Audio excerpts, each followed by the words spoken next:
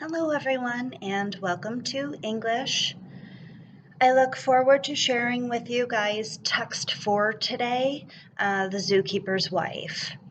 Remember, for essays 1 through 3, Mrs. Homizak and I gave you guys lots of help because it was the first time that you guys have ever written the Part 3 text analysis response to practice for the Regents exam.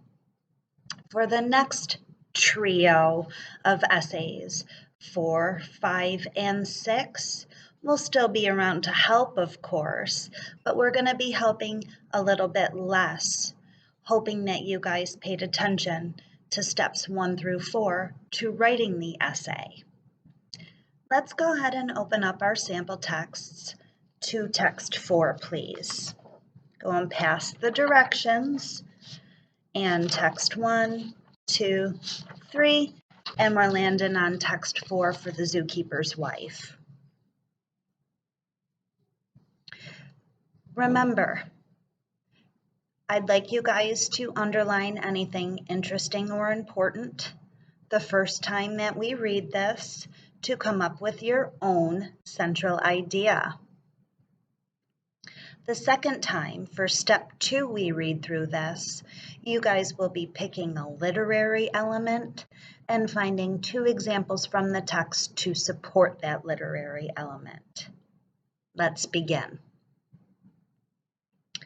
Jan Zabinski and his wife, Antonina, managed the Warsaw Zoo, which was home to some 1,500 animals.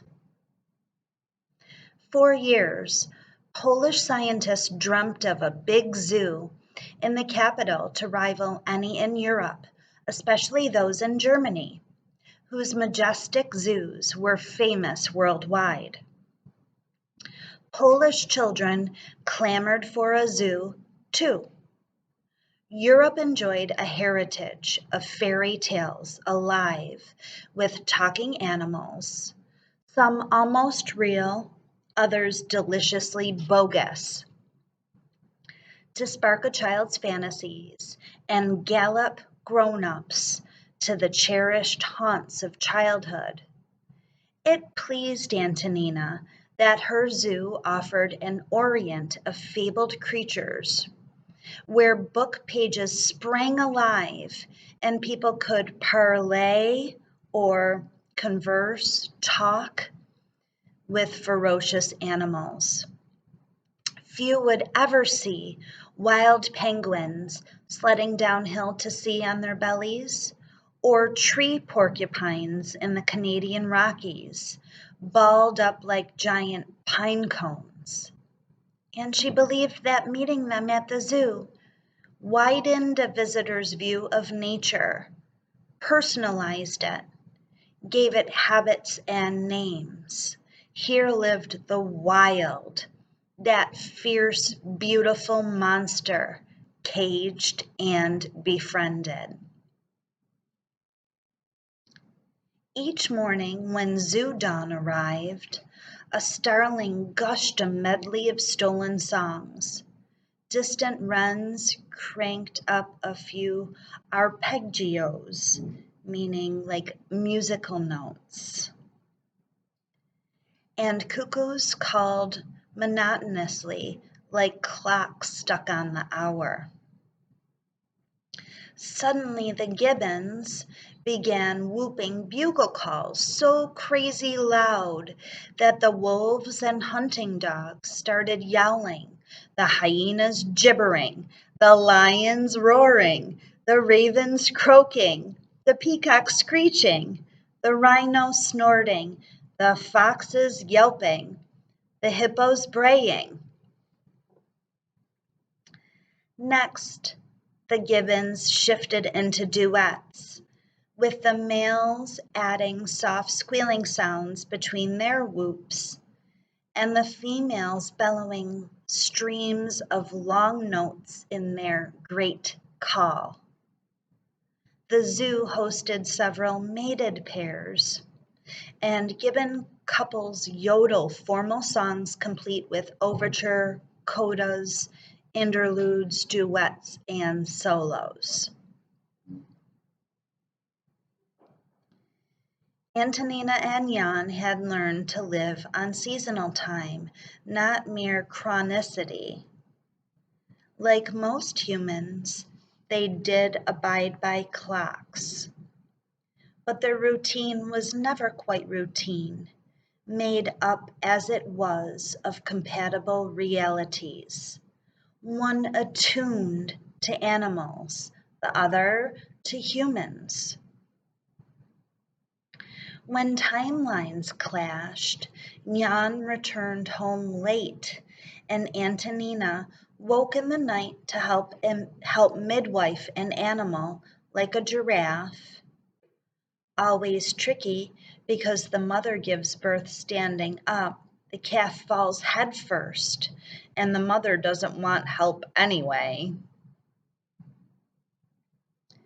This brought a slated novelty to each day, and though the problems might be taxing, it imprinted her life with small welcome moments of surprise. On a typical summer morning, Antonina leaned on the wide flat ledge of the terrace wall, where apricot tiles, cold enough to collect dew, dampened the sleeves of her red robe. Not all the bellowing, wailing, braying, and rumbling around her originated outside. Some issued from the subterranean bowels of the villa, others from its porch, terrace, or attic. The Zabinskis shared their home with orphan, newborn, or sick animals, as well as pets, and the feeding and schooling of lodgers fell to Antonina, whose animal wards clamored to be fed. One journalist who visited the villa to interview Jan was surprised by two cats entertaining the living room.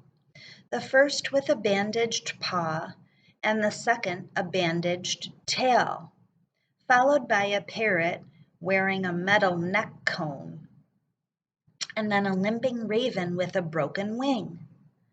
The villa bustled with animals, which Jan explained simply. It's not enough to do research from a distance. It's by living beside animals that you learn their behavior and psychology. On Jan's daily rounds of the zoo by bicycle, a large elk named Adam swayed close behind, an inseparable companion. Antonina identified with animals, fascinated by how their senses tested the world. She and Jan soon learned to slow around predators like wildcats, because close-set eyes give them pinpoint depth perception, and they tend to get excited by quick movements, a leap or two away.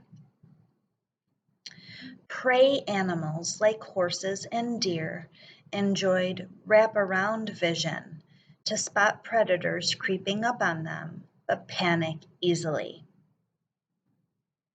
The lame speckled eagle tethered in their basement was essentially a pair of binoculars with wings.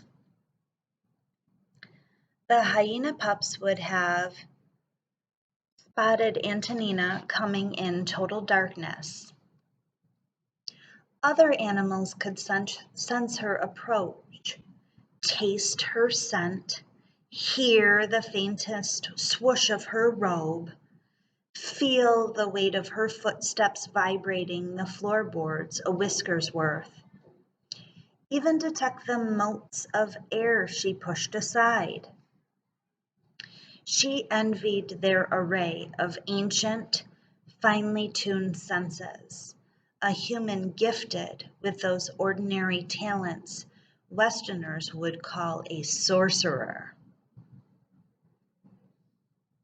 Antonina loved to slip out of her human skin for a while and spy on the world through each animal's eyes, and she often wrote from that outlook, in which she intuited their concerns and know-how, including what they might be seeing, feeling, fearing, sensing, remembering.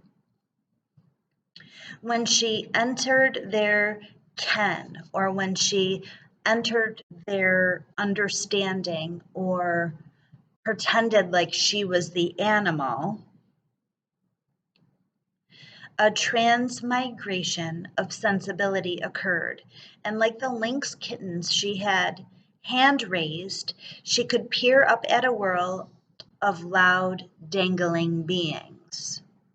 Quote, with legs little or large, walking in soft slippers or solid shoes, quiet or loud, with the mild smell of fabric or the strong smell of shoe polish. The soft fabric slippers moved quietly and gently. They didn't hit the furniture, and it was safe to be around them, calling, Kitchi, Kitchi, until a head with fluffy blonde hair would appear, and a pair of eyes behind large glass lenses would bend over. It didn't take long to realize that the soft fabric slippers, the blonde fluffy head, and the high-pitched voice were all the same object. Last paragraph.